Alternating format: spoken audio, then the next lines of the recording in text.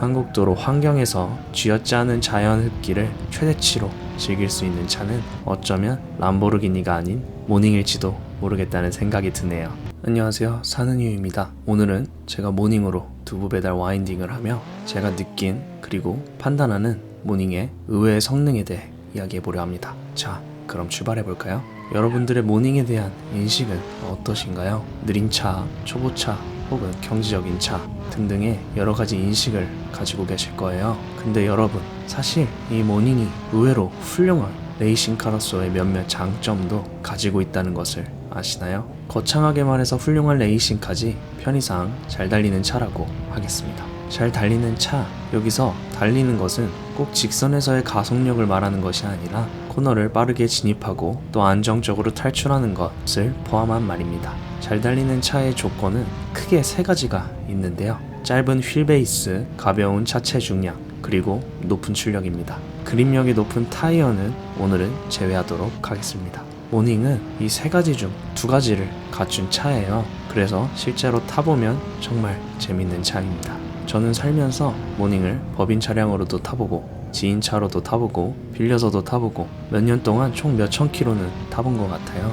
그리고 느낀 것은 모닝은 정말 재미있는 차량 중에 하나라는 것입니다. 가장 먼저 모닝은 가벼운 차체와 짧은 휠베이스 덕에 코너를 정말 잘 돌아 나갑니다. 무게중심도 레이 등에 비하면 훨씬 안정적이어서 웬만한 속도에서의 코너링은 마치 조금 딜레이가 있는 고카트의 코너링 느낌이라고 할까요? 생각 이상의 수준을 보여줍니다. 그 다음 출력인데요. 1세대 64마력부터 마력이 꽤 올라와서 현재는 100마력 언저리까지 올라왔죠. 자, 근데 이 모닝은 어떤 세대를 타더라도 느리고 답답하다고 느껴지는 건 사실입니다. 단 자동 모드일 때 한해서요. 저는 모닝을 탈 때면 자동 모드는 너무 답답해서 수동으로 놓고 타는데요. 자연흡기 엔진을 1단, 2단, 3단에 고RPM까지 쥐어짜는 느낌이 아주 좋습니다.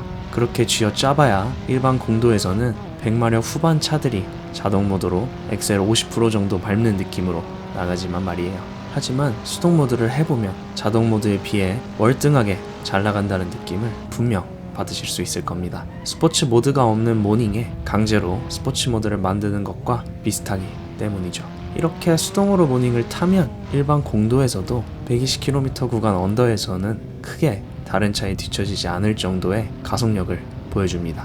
비록 마력만 보면 100마력 언저리에 약한 엔진이지만 차체가 1톤이 채 되지 않는 가벼운 무게이기 때문에 100마력 이상의 느낌을 줄 수 있는 포텐셜이 충분한 거죠.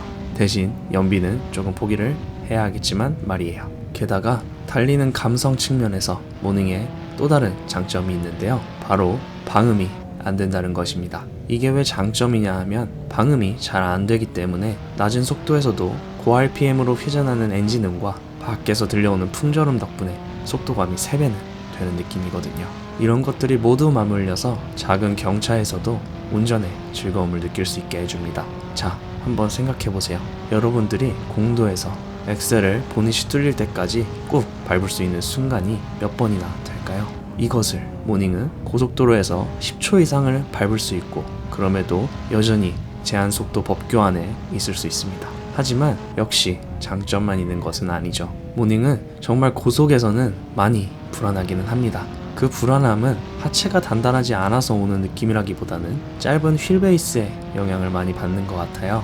고속 주행 시 도로의 작은 요철이나 바람의 영향을 받을 때 차체가 쉽게 흔들리고 방향이 순간순간 바뀔 것 같은 그런 느낌을 받습니다. 제가 앞서 설명드린 코너링 안정성은 어디까지나 적정한 속도 이내일 때 이야기이지 절대 고속에서 급격한 코너링을 시도하시지는 마시기 바랍니다. 지금 플레이하는 이 순간에도 보셨겠지만 2번 이상의 차량의 밸런스가 무너져서 카운터 스티어링을 쳤죠. 어디까지나 제가 말씀드리는 건 일상 주행 영역 그보다 살짝 위의 상황에서만 해당이 됩니다. 그런데 어찌 보면 그것도 모닝의 단점이라고는 하기 힘들 것 같아요.